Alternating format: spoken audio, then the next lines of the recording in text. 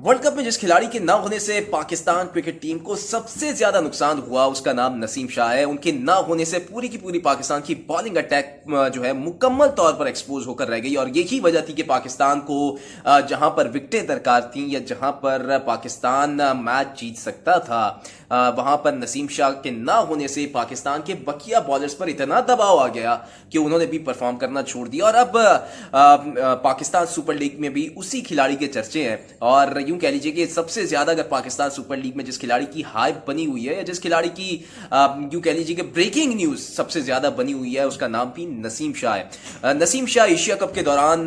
श्रीलंका में इंजरी का शिकार हो गए थे और फिर उसके बाद से वो मुकम्मल तौर पर फिट नहीं हो सके। फिर सर्जरी हुई थी उनकी कंधे की और फिर वो आहिस्ता आहिस्ता मरहला बार अपने रिहैब प्रोग्राम से गुजरे हैं और अब आहिस्ता आहिस्ता यानी कि उन्होंने अपनी बॉलिंग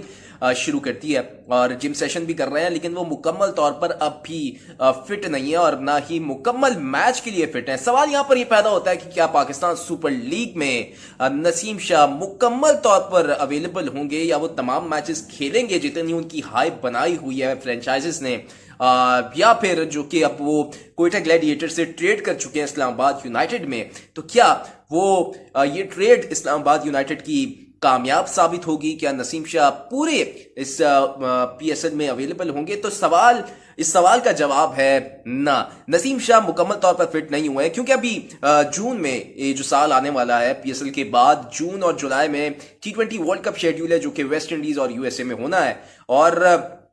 उस वर्ल्ड कप की देखते हुए उसको मद्देनजर अगर रखते हुए नसीम शाह की फिटनेस बड़ी अहमियत की हामिल है। अगर नसीम शाह फिट नहीं होते और खुदा न ख्वास्ता दोबारा इंजरी का शिकार हो जाते पाकिस्तान सुपर लीग में, तो फिर T20 वर्ल्ड कप में भी पाकिस्तान को खासा नुकसान उठाना पड़ेगा क्योंकि एक कंधे की इंजरी के फौरन बाद एक मुकम्मल तौर पर उसी रिदम के साथ बॉलिंग करना नसीम शाह के लिए चैलेंज होगा। पाकिस्तान क्रिकेट बोर्ड भी इस चैलेंज को समझता है और शायद मुमकिन तौर पर पाकिस्तान क्रिकेट बोर्ड ये हुक्म जारी कर दे या ये स्टेटमेंट जो है रिलीज करते अपनी जो इस्लामाबाद यूनाइटेड की फ्रेंचाइज है उनको कि नसीम शाह को चंद मैचेस खिलाएं, ज्यादा मैचेस ना खिलाएं ताकि वो रिदम में तो आ जाएं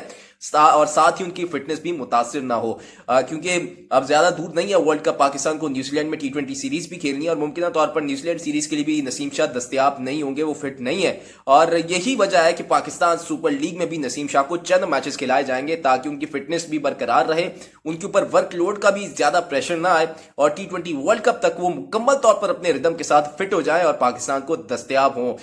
तो ये सारी सूरत हाल है नसीम शाह की फिटनेस के हवाले से। जितनी हाइप क्रिएट की गई है और जितनी हाइप बताई गई है तो नसीम शाह उस हवाले से मुकम्मल तौर पर अभी फिट नहीं है और जो अब तक की इतलात है उन्होंने बॉलिंग प्रैक्टिस तो शुरू कर दिया लेकिन मुकम्मल रिदम के साथ नहीं कर रहे, अब बहुत हल्की प्रैक्टिस कर रहे हैं और अब देखना यह है कि पीएसएल में वो कितने मैचेस इस्लामाबाद यूनाइटेड की जानिब से खेलते हैं। लेकिन एक बात होता है कि वो तमाम के तमाम मैचेस नहीं खेलेंगे, चंद एक बड़े इंपॉर्टेंट मैचेस खेलेंगे, उसके अलावा उनको कोई मैच नहीं खिलाया जाएगा, उनको आराम कराया जाएगा। लेकिन क्या ये ट्रेड इस्लामाबाद यूनाइटेड की कामयाब इसको ट्रेड कह सकते हैं? ये एक बड़ा सवाल है क्योंकि बहुत ज्यादा हाइप बनी हुई थी नसीम शाह की और उस हाइप के बाद